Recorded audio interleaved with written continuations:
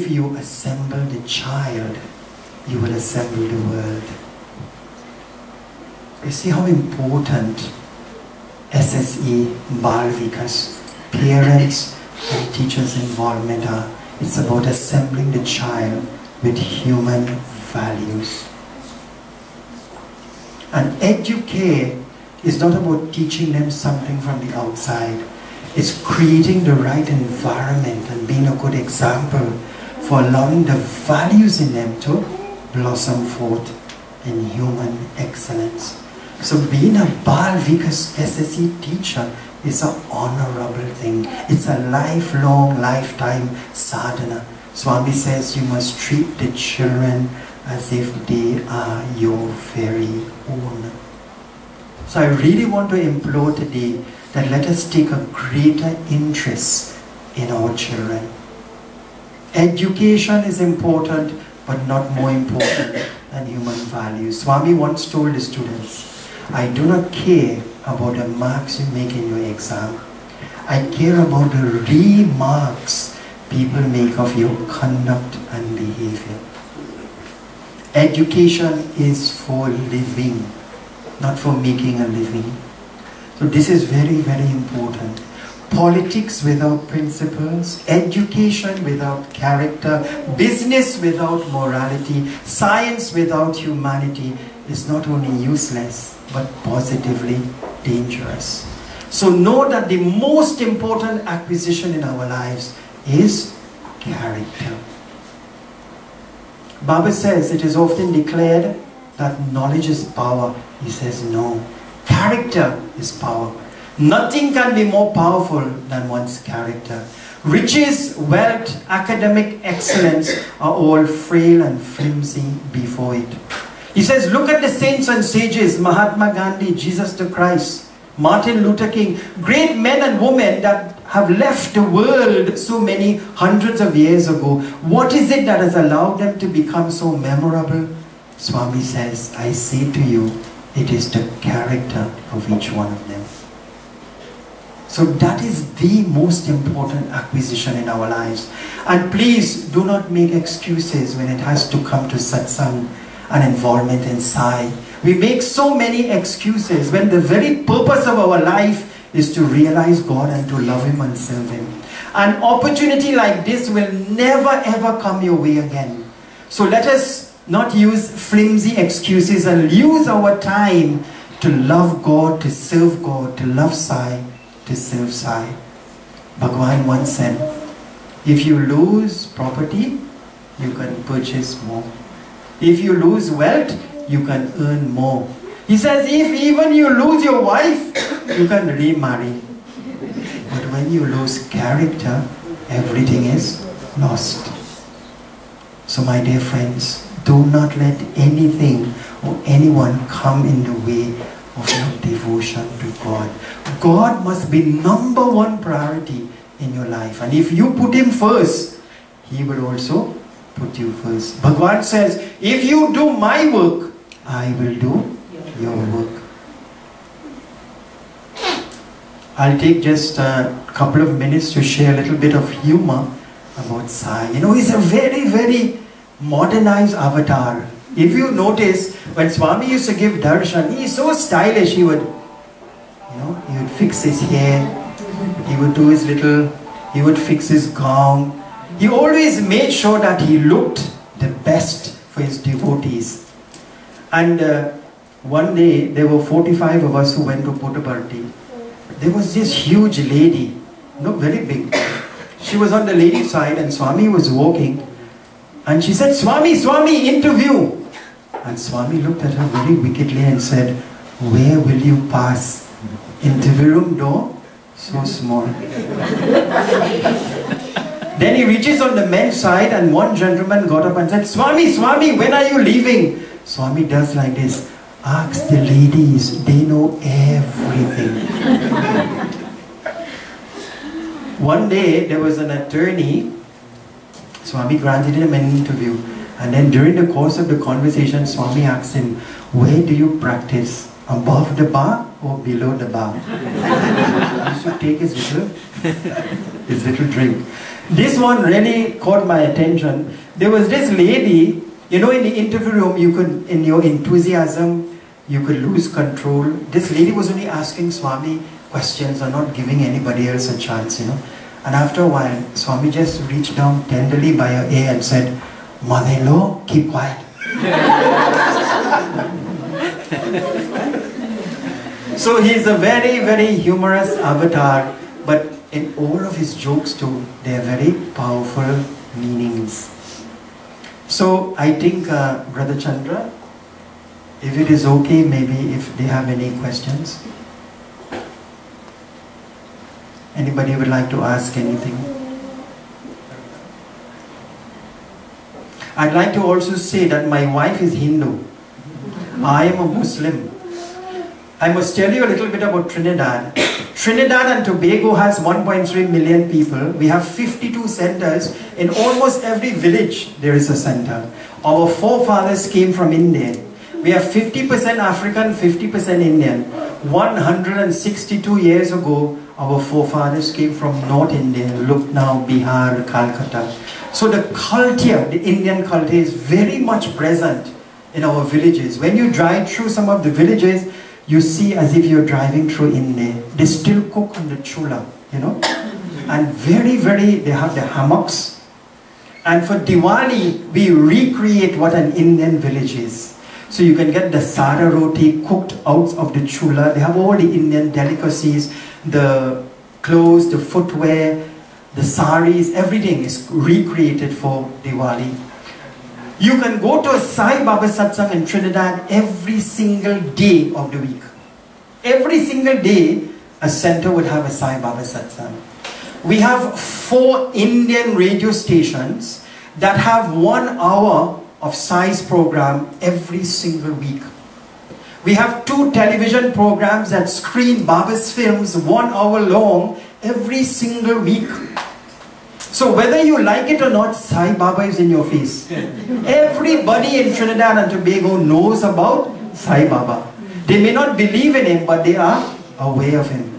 In Trinidad, every single Sunday, we build a house for a needy family in 4 to 6 hours. Every single Sunday this happens. Sai devotees, about 30 in number, mostly the young adults who are skilled in different parts of the building. A house that would cost about $7,000 US is built and donated to a family.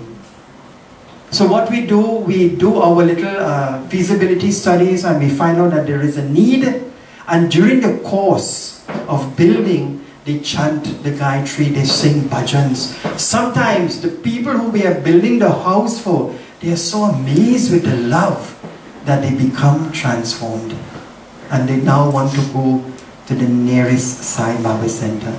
And we do the normal seva of beach cleaning, hospital visits, scholarship programs, medical projects that we have throughout Trinidad and Tobago. Bhagwan once said about Trinidad, he says, there is a little island in the Caribbean that is the jewel of my eye. It's Trinidad. And about Tobago, remember Charles Penn? He was a very close devotee of Swami. 1981, he wanted to come to Trinidad. And he prayed to Swami. And Swami revealed this to him. When he said Trinidad and Tobago, Tobago means to Baba go. So such is Trinidad and Tobago. So in Trinidad and Tobago, we have a very vibrant Bal Vikas, a very vibrant young adult. And with Bhagwan's grace, it is growing from strength to strength. So, any questions? I have one question.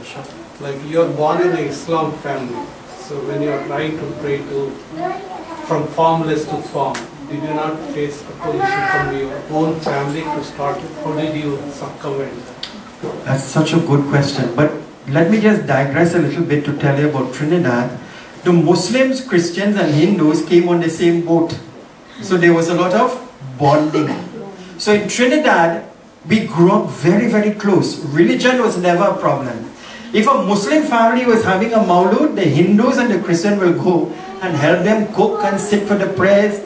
If a Hindu is having a puja, the Muslim and the Christian will go and eat the parasad and help and so on. So we grew up as one family. So there was no conflict between religion as such. So it's normal for a Hindu to marry a Christian or for a Muslim to marry a Christian.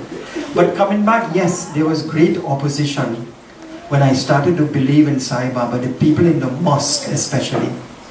My mother and father, praise the Lord, I was not indoctrinated too deeply into Islam. My father was very universal. He used to read Tagore, Gandhi, Martin Luther King. So very universal. He used to also have those discussions with us. So I grew up in a little universal way.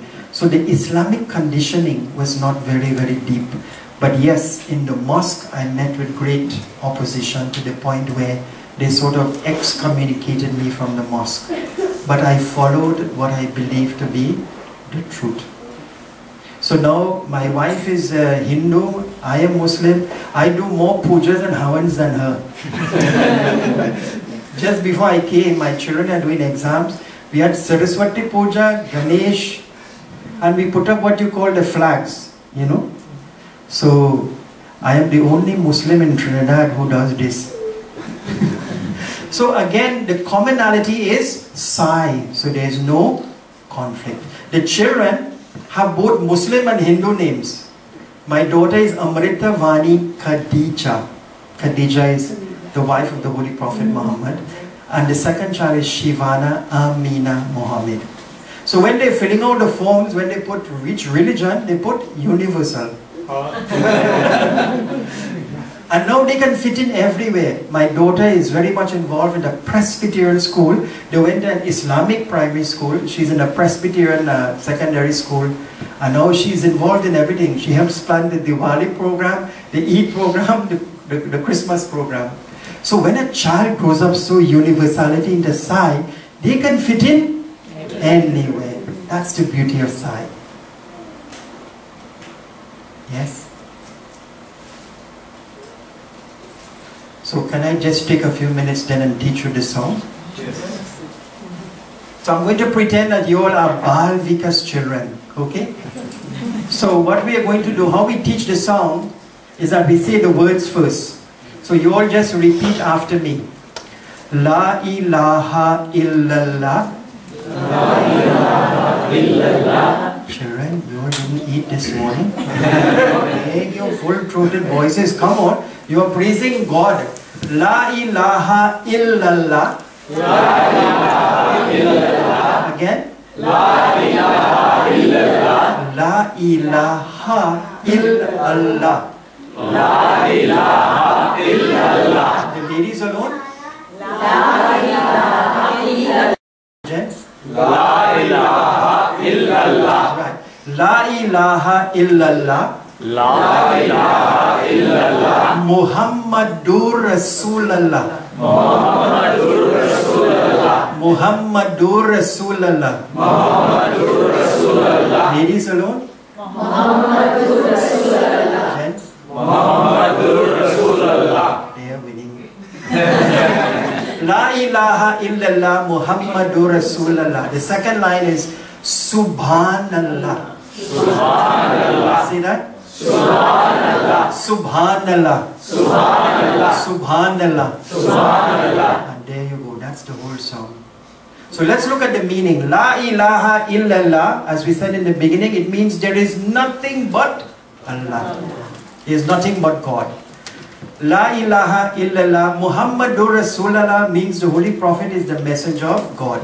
Subhanallah means glory be to God. Glory be to God.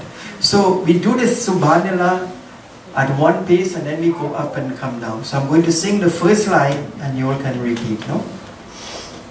La ilaha illallah.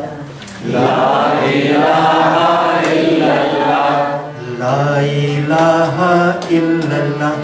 La ilaha illallah. La ilaha illallah Muhammadur Rasulallah. La ilaha illallah Muhammadur Rasulallah. La ilaha illallah Muhammadur Rasulallah. Allah.